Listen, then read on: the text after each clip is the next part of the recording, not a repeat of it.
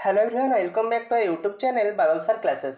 सो आज स्टार्ट कर जाऊँ कौन ना दशम श्रेणी जो हॉलीडे होमवर्क अवकाशकालीन गृह कार्य जो दि जाए तुम निमंते तार जीव विज्ञान समस्त प्रश्न उत्तर आलोचना करवा। ता पूर्व चैनल जो मैंने भी नुआ अच्छा प्लीज चैनल को सब्सक्राइब कर रखु और पाखे बेल आइकन दबे ऑल नोटिफिकेशन ने प्रेस कर दिंतु। ताद्वारा कौन हम ना जितेबाला मुझे भिडियो अपलोड करी तुम निकटने सर्वप्रथम नोटिफिकेशन टी पहुँचो बुझे। सो डेरी नक भिडियो को स्टार्ट करवा। आउ सब सब्जेक्टर प्रश्न पत्र ऑलरेडी अपलोड हो सारी जो मैंने न देखीच भिडियो को जाए प्लेलिस्ट देखीदेव। एक नंबर क्वेश्चन कहूँ आलोक श्लेषण प्रक्रिया आलोक प्रक्रिया एक धारणा स्थिति प्रस्तुत कर। तो किसी तरह कनसेप्ट लिखिदेव तापर चित्र सह तुम कर लिख आई लिख आलोक प्रक्रिया ना आलोक प्रक्रिया एक आलोक रासायनिक पर्याय अटे। यही प्रक्रिया हरित लवकर ग्रानारे संपादित हुए। यही प्रक्रिया निम्नस्थ 4टी सोपान दे संपन्न हुए। जमी प्रथम सोपान क्लोरोफिल उत्तेजितकरण। क्लोरोफिल सूर्यर आलोक शक्ति शोषण करी उत्तेजित हुए एवं रासायनिक शक्ति को रूपांतरित होता है। दुई आसला द्वितीय सोपान एडीपी रु एटीपी गठन ना आडिनोसिन डाइफस्फेट और अजैव फस्फेट रु आडिनोसिन ट्राइफस्फेट बा एटीपी संश्लेषित हुए।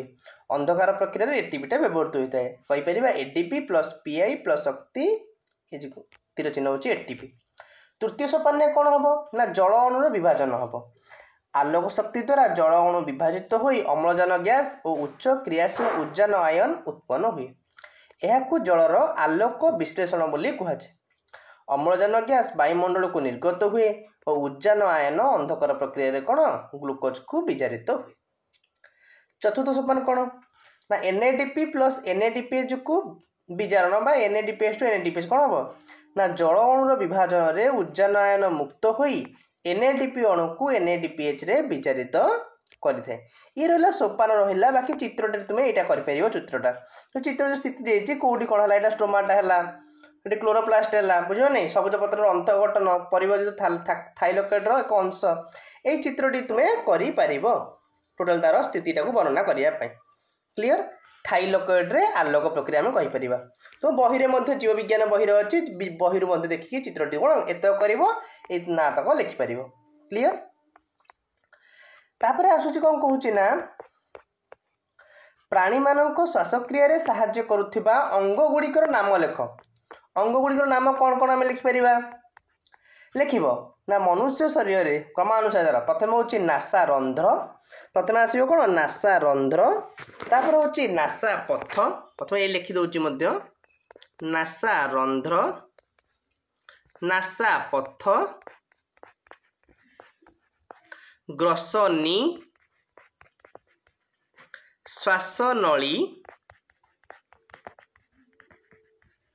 श्वासनलिका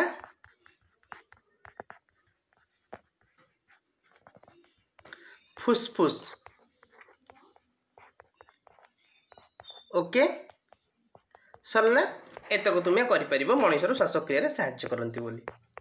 नेक्स्ट कहूँ सी आम कौन ना 3 नंबर प्रश्न कहूँ मनुष्यर श्वासतंत्र एक मॉडल प्रस्तुत कर जो कि जमीक प्लास्टिक जार व्यवहार हो बेलून हो टी पाइबा स्ट्र को नहीं प्रस्तुत कर।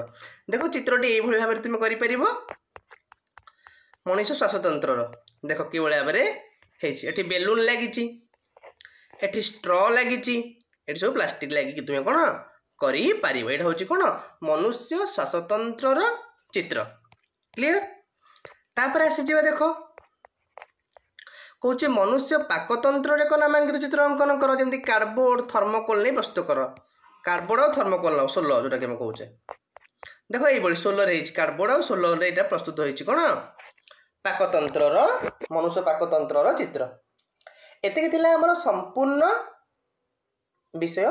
आशा करुँ आपण भिडियो भल लगी जदि आपण भिडियो भल लगी निश्चित भाव में भिडियो को लाइक कर चैनल को सब्सक्राइब कर मोस्टली सांग मान सहित शेयर करनी। Thank you so much.